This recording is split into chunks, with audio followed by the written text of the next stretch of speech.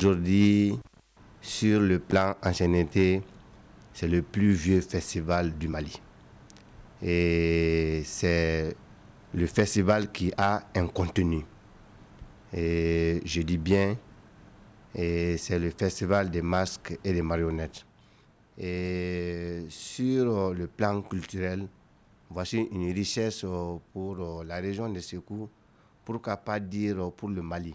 Parce que ce festival aujourd'hui est inscrit à l'inventaire national des biens culturels et reconnu d'intérêt historique, architectural et culturel, suivant décision numéro 005 MC du secrétaire général. Ça veut dire que c'est un bien du Mali. Cette année, la particularité est que les organisateurs ont voulu que ce festival d'abord soit un festival qui va regrouper les filles et les filles de Markala, le vivre ensemble. Et le festival par le passé était sur 3 jours.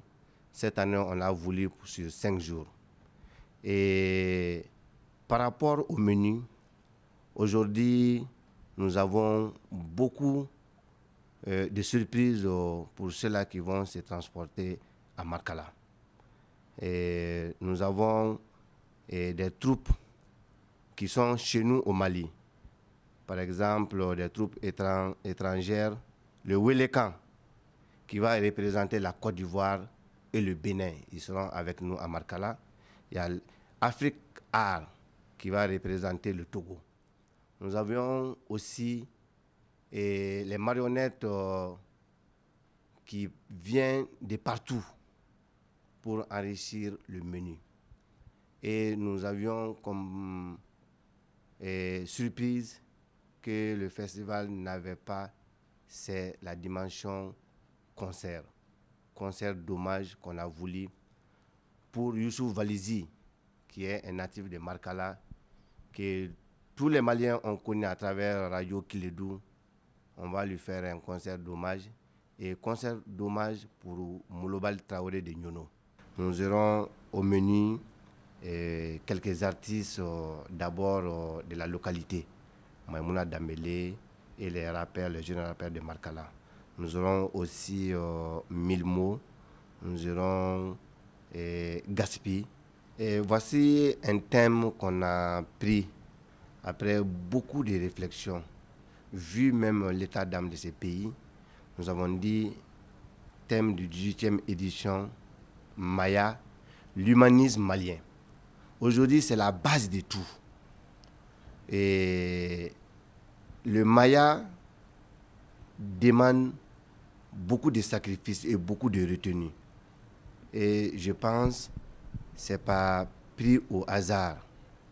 Et si nous voyons dans notre éducation purement malienne, nous voyons que le Korobonien, les Sinangouya, et le Fabonien, le Babonien, c'est pour dire que le socle même de notre développement culturel est aussi basé sur le Maya. Quand ces Maya n'est pas ancré dans nos valeurs, directement, il y a beaucoup de crises qui peuvent se poser.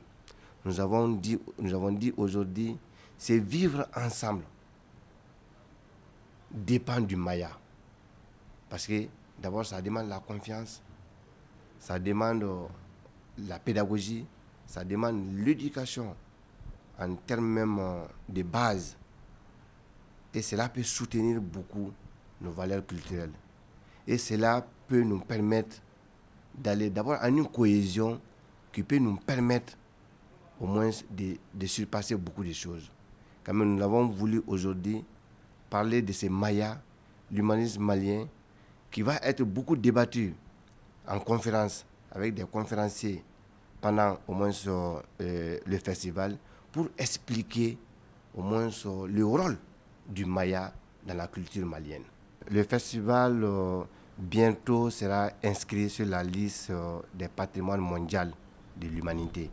Il fallait que je le dise. C'est comme le Djaral d'Égal de Mopti.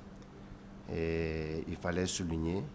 Et parce que, je l'ai dit tantôt, il a été inscrit sur le bien culturel. Et ça dénote l'attachement de nos autorités à ce festival. Et je le dis encore aux Marcalais de se préparer. Et aujourd'hui, si nous prenons d'autres pays, nous voyons que le développement de certains pays sont basés sur la culture. Et nous sommes un pays culturel très riche. De ce fait, la jeune génération est invitée à aider cette culture. Et c'est l'occasion pour dire, comme je l'ai dit, la culture peut faire le vivre ensemble. Et c'est ce qui est demandé aux fils et aux filles de Marcala. Que du 4 au 8, un appel pour tous les enfants de Marcala de se retrouver autour du Festmamas. Pour que nous vivions ensemble autour de notre culture pour en faire un développement.